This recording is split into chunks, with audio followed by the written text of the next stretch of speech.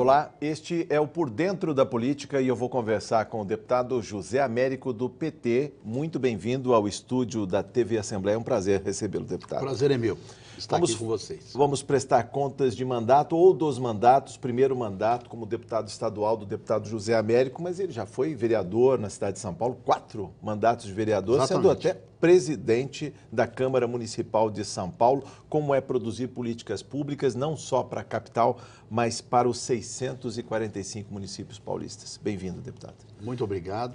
Eu queria dizer que para mim é um prazer estar aqui, estar falando com os telespectadores da TV Assembleia. É um desafio muito grande, né? Porque o estado de São Paulo é um estado que tem características de um país, não só porque a gente fala por conta da riqueza, mas porque o estado de São Paulo ele tem uma política própria de habitação, ele tem uma política própria de ensino público universitário, ele tem uma política própria de ensino profissionalizante, ele tem o metrô, né? Ele tem uma rede de rodovias. Sim. Então ele tem preocupações de um país, né?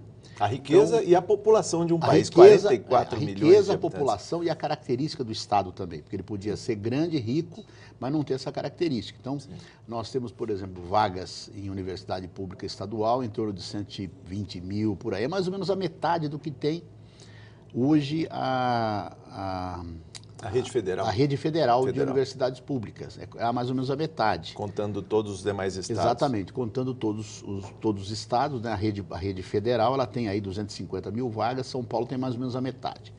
O ensino profissionalizante, se você somar as escolas técnicas federais, elas têm aí os 250, 300 mil vagas. São Paulo, a Fundação Paula Souza tem 150 mil, né? E a política habitacional, né? O São Paulo é o único estado que tem aquela lei onde 1% do ICMS é destinado à habitação. Sim.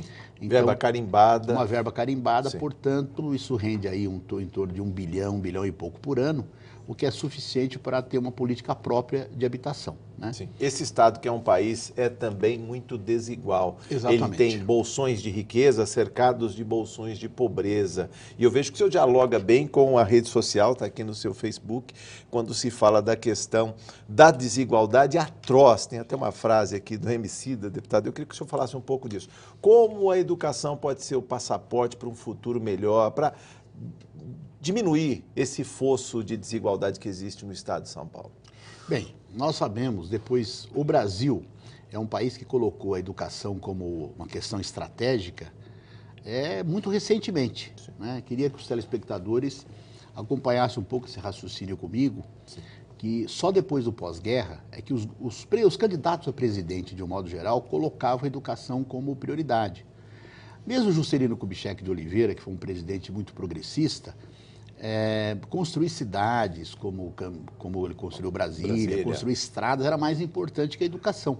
Sim. Então, essa ideia da educação como passaporte para o futuro, como instrumento de promoção social, é uma ideia muito recente no Brasil. Graças a Deus, né, hoje ela já está incorporada, mas a gente pode dizer que no Japão ela tem mais de 100 anos, nos Estados Unidos tem 200 anos, na Inglaterra tem 200 anos, na Europa mais ou menos 150, 200 anos. Né? De qualquer forma, o estado de São Paulo, como foi um estado formado por imigrantes, né, principalmente imigrantes europeus e japoneses, essa coisa da educação ela sempre foi muito bem tratada pelo estado de São Paulo. O estado de São Paulo é o primeiro estado brasileiro que fundou uma rede de escolas profissionalizantes, escola técnica. A rede de escola técnica do estado de São Paulo, fundada em 1914, foi a primeira de todas, de todo o Brasil. O Senai chama-se Serviço Nacional de Aprendizagem Industrial. Sim. Esse nacional aí veio depois. O Senai foi fundado em São Paulo, em 1942, na Feira da Indústria, em São Paulo. Foi apresentado o primeiro Senai, que é ensino profissionalizante. A primeira universidade tecnológica, digamos assim, foi também em São Paulo, a USP. Né? Algumas faculdades já existiam, mas a USP agrupou, né, uma faculdade de tecnologia, de técnica e também de ciências humanas. Sim. No caso da USP, a Escola Politécnica é anterior à formação da Universidade de São Paulo, que é de 1934. Se eu não me engano, a farmácia e a medicina também. Sim. Mas, de todo modo... E o direito. E o direito muito mais, né? E o direito foi em 1835, né? 1835. De todo modo, agrupou-se ali uma faculdade multifacética. Então, antes nós tínhamos aquelas universidades de bacharéis. Você passa a ter direito, você passa a ter filosofia, você passa a ter sociologia, você passa a ter engenharia, você passa a ter química, você passa a ter farmácia, medicina. Então, uma universidade no sentido amplo da palavra. Também a primeira do Brasil foi a USP, né? A USP foi a primeira do Brasil. Para a área de humanas, ela foi tratada também de uma maneira particularmente bem feita. Sim, trazendo até professores estrangeiros. Exatamente, professores estrangeiros. Um dos maiores pensadores do século XX, que é Claude Lévi-Strauss, né? Foi professor da USP, né? O Merleau-Ponty, professor da USP. Vários outros franceses importantes, né, do século XX, pensadores, foram professores da USP. Então, eles trataram de uma maneira muito correta. Bom, o que acontece? Eu sou produto disto, num certo sentido. Me orgulho, eu só fiz escola pública. Queria falar isso para o telespectador. Eu fiz o grupo escolar Amel Miranda de Castilho, no interior do estado de São Paulo, a última cidade. Sim, pela na Marechal barranca Rondon, do Paraná. Exatamente, próximo da margem do Rio Paraná. Depois eu fiz o Colégio Estadual de Castilho, depois eu fiz o Colégio Estadual de Andradina, e depois eu ingressei na Universidade de São Paulo em 1973, na USP, para fazer jornalismo. Essa história não existe mais no estado de São Paulo. Essa história é uma história de quem entrou no primário, no secundário, antes do golpe de 64. Sim. A partir do golpe de 64, nós tivemos um aviltamento muito grande do ensino no Brasil, tanto o ensino universitário, quanto o ensino médio. E em São Paulo, o ensino médio foi um dos mais atingidos, o primário e o médio. Até hoje paga um alto preço por isso. E, né, a partir daí, nós temos o esforço pela recuperação. A partir dos anos 80, houve uma democratização do ensino no Brasil inteiro. Quer dizer, tudo bem, o ensino dos anos 60 tinha qualidade, mas era só para poucos. Pouco inclusivo. Inclusivo. De Castilho, tem 3 pessoas ou 4 da minha geração que fizeram universidade. A grande maioria não fez, né? A grande maioria não fez universidade. E principalmente universidades públicas devem ter tido uns 2 ou 3. Então, a maioria não ia para a universidade. Tinha exame de admissão para você ir para o ensino médio, né? Sim. Então, era para poucos. Aí democratizou-se.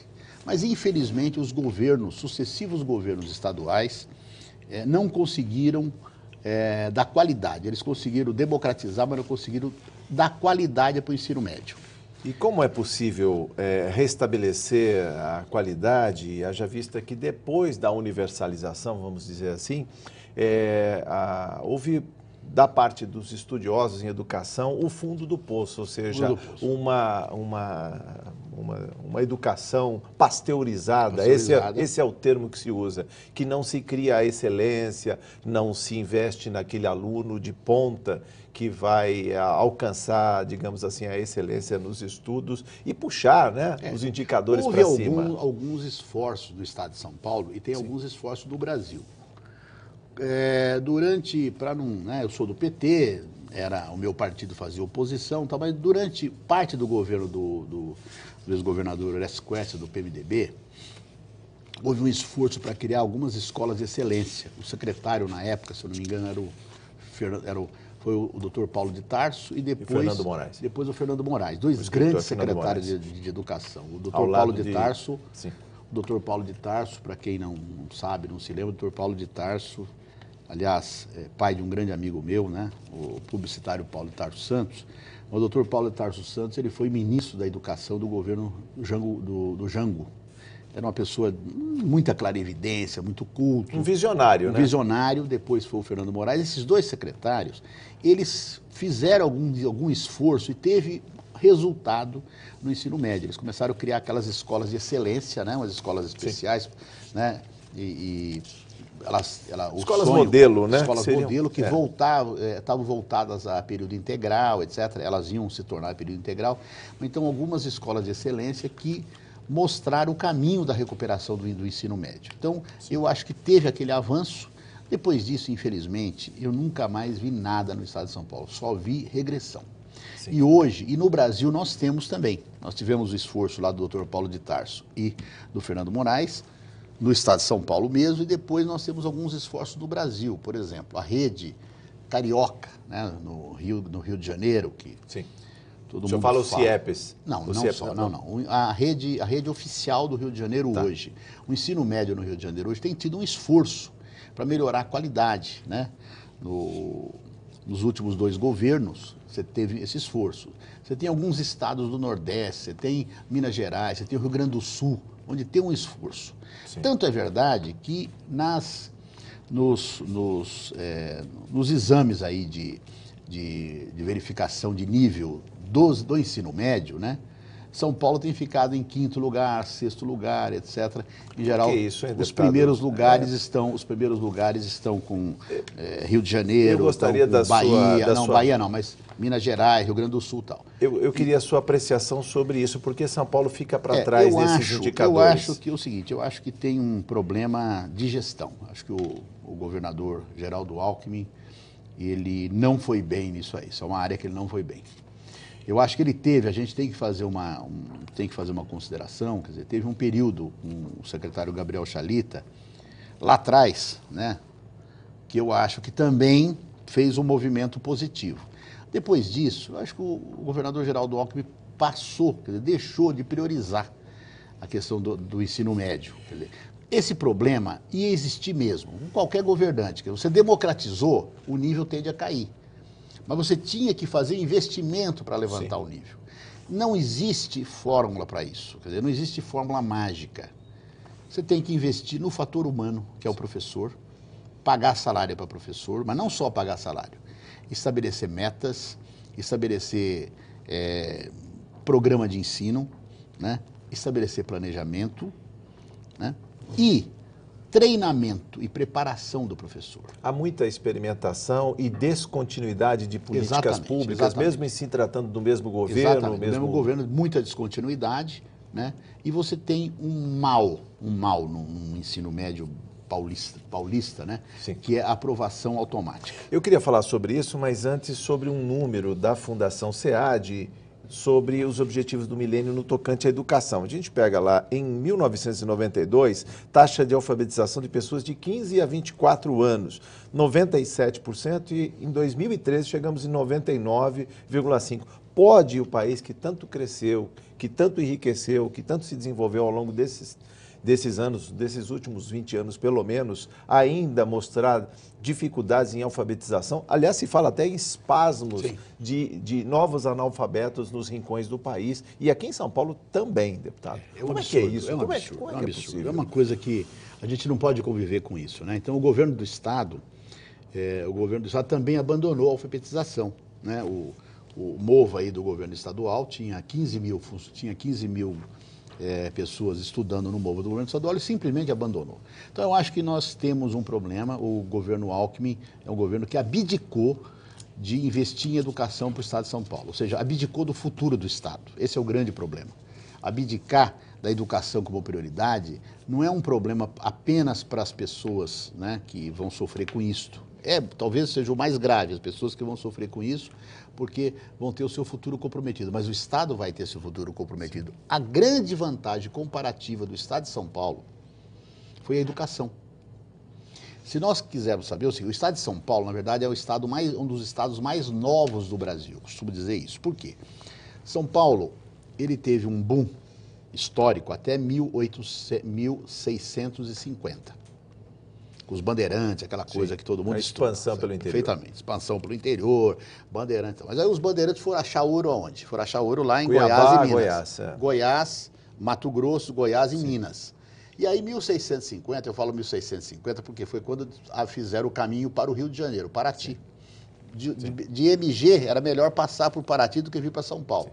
E aí, então, fizeram para lá. Só para você ter uma ideia, de 1650 até 1875, ou seja, 225 anos depois, a cidade de São Paulo tinha a mesma população, 25 mil habitantes, ou seja, o estado ficou parado há 200 anos. Em 1870, ele começa a receber os imigrantes europeus, porque São Paulo, você sabe, que é um estado que tinha pouco escravo, né? A cidade de São Paulo, na abolição da escravatura, só para falar para os estudantes aí que vão fazer um vestibular um dia, tinha 1.000 escravos em São Paulo. São Paulo já tinha a abolição da escravatura, São Paulo tinha uns 50 mil habitantes, 1.000 escravos só. Era muito pouco para o padrão brasileiro. Então, aqui veio uma mão de obra europeia, né, por uma série de coincidências. Sim. Então, esse Estado começa efetivamente, esse modo de produção que nós conhecemos, começa em 1870, 1880. Agora, por que uma série de indústrias vieram para cá? Porque esta burguesia paulista, ela investiu em educação, porque ela fez o ensino Isso fez toda a diferença. Então, o desenvolvimento... Ela fez o ensino profissionalizante em 14, ela fez a USP em 35, ela fez a Politécnica em 1910, ela fez, 1911, desculpe, ela fez a Faculdade de Medicina e fez o Senai em 42. Quando fala por que o Juscelino trouxe a indústria automobilística para São Paulo, porque tinha mão de obra porque capaz. Não tinha como levar para outro lugar. Sim. Não tinha como. Aqui tinha o Senai, aqui tinha mão de obra.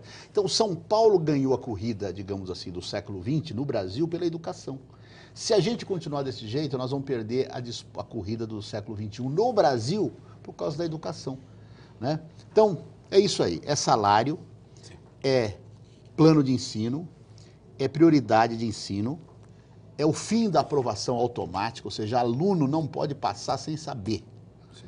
Se o aluno não sabe, tem que ficar na faculdade, tem que ficar no colégio. Mudou em 2013 para 2014? Não. Ou seja, a educação por ciclos, em vez de 2 ciclos, 3 ciclos, isso de alguma maneira não mudou? Mas ainda é automático. Não mudou. Não mudou. Ainda continua sendo aprovação automática. A aprovação automática é, na verdade, uma grande sacanagem com o aluno, por parte do Estado. Que é o seguinte, o aluno não sabe, ele vai sendo empurrado para fora da escola. E o Estado se desresponsabiliza desse aluno. Então é importante, assim, o aluno não sabe, ele tem que ficar na escola. Mas se reprovado, ele também não poderia abandonar os estudos? Ou seja, pelo menos na aprovação automática, não, que não é assim, você reprova, ela mantém o aluno dentro da sala de aula? Você reprova, né? Reprova o aluno, ele não sabe, reprova. Aí você tem alternativas de recuperação para ele. Né? E outra coisa, reforço. Exatamente, você está avisando ele e o pai. Sim. Eu acho que a verdade, como dizia o Antônio Gramsci, que é sempre revolucionária. Você está avisando o próprio aluno e o pai dele que ele não sabe. Que ele vai para uma recuperação porque ele não sabe. É muito pior o pai, que às vezes é uma pessoa pouco informada, tá falando, meu filho foi aprovado, então ele sabe. Eu dei aula em faculdades, várias faculdades particulares, então recebi alunos que fizeram um vestibular muito fácil. Sim. Você pegava com sérias deficiências. Nossa senhora, o aluno de ensino público, né, de ensino médio público, muita deficiência. Aí você pegava um que vinha dos colégios privados. Imagina, em literatura, por exemplo, já tinha estudado Proust. Né? Estudaram gramática avançada. Isso só faz aumentar o fosso de desigualdade. Exatamente. As oportunidades no mercado de trabalho, de salário. Esse aluno que sai do ensino médio, o ensino médio é fundamental, eu queria falar com os pais e as mães, né, que estão ouvindo a gente. O ensino médio é fundamental para a fixação da base do conhecimento, porque a idade das pessoas, ela tem a ver com o grau de assimilação. Então, você na infância, você assimila algumas coisas. No ensino médio, você assimila muito. E na universidade também. Mas essas fases, elas são um pouco insubstituíveis. Então, se você fizer um bom ensino médio é a chave de tudo. Mas por que parcela da juventude, deputado Zé Américo, que estamos conversando por dentro da política, porque a juventude tem derivado para o ensino profissionalizante que rapidamente o coloca como mão de obra disponível no mercado de trabalho em vez de investir mais no ensino médio? Pois é, eu acho o seguinte, o ensino profissionalizante tão digno quanto o ensino médio, né, principalmente o ensino profissionalizante, essa fórmula da Fundação Paula Souza, que eu concordo, é uma fórmula boa. ETEX, né, FATEX. Que foi feita pela uma das pessoas que dirigiu a Fundação Paula Souza, que era um excelente profissional, a doutora Laura Laganá, né? Ela fazia muito esse sistema que o estudante ele faz o 2º e o 3º ano do ensino médio concomitantemente com o profissionalizante. Não tem nenhum problema, né? Eu, inclusive, acho, sabe, que é um desperdício muito grande o aluno sair do ensino médio sem saber uma profissão. Eu defendo que seja um curso, como se diz, de período integral. Acho assim, o ideal é que a gente tenha o ensino médio de período integral, onde o aluno estuda o que está estudando hoje, mais o ensino profissionalizante. Né? Mais o ensino profissionalizante. Então, eu acho esse sistema muito bom. Né? Se não for possível, o aluno quiser fazer o profissionalizante, também pode fazer. Porque o ensino profissionalizante também ele não impede que você continue estudando. Eu faço, vamos supor, eu faço metalurgia, depois eu faço engenharia. Sim. Né? Eu tenho vários amigos que fizeram engenharia e antes fizeram o curso técnico da Fundação Paula Souza. Isso é plenamente possível. Né? Eu faço edificação, por exemplo, um curso muito bom da Fundação Paula Souza é o edificação. Né? O edificação digamos não assim, haveria um movimento mundial, eu digo, dos países centrais, Estados Unidos, Europa, para que os alunos permanecessem mais tempo na escola, seja com o ensino integral, seja cursando o ensino médio, os colleges, as faculdades, ou seja, para quando ele sair para o mercado de trabalho já está devidamente gabaritado. E também, e não é só isso, é porque descobriu-se, investigando os processos de ensino, investigando as várias gerações, investigando estudante, que o ensino médio é muito importante para a fixação do conhecimento. Então, você manter ali o estudante em ensino integral, né, o dia inteiro, onde ele possa fazer atividades culturais, esportivas, possa ter o ensino profissionalizante e o ensino básico, entendeu? Você tem uma formação completa. Sim. Ali você vai selar, inclusive, o caráter do estudante e tal. Ele não vai ficar fazendo coisa, enfim, não vai ficar fazendo... Ele não vai nem praticar esporte sem monitor. Até para praticar esporte é importante que você tenha um monitor.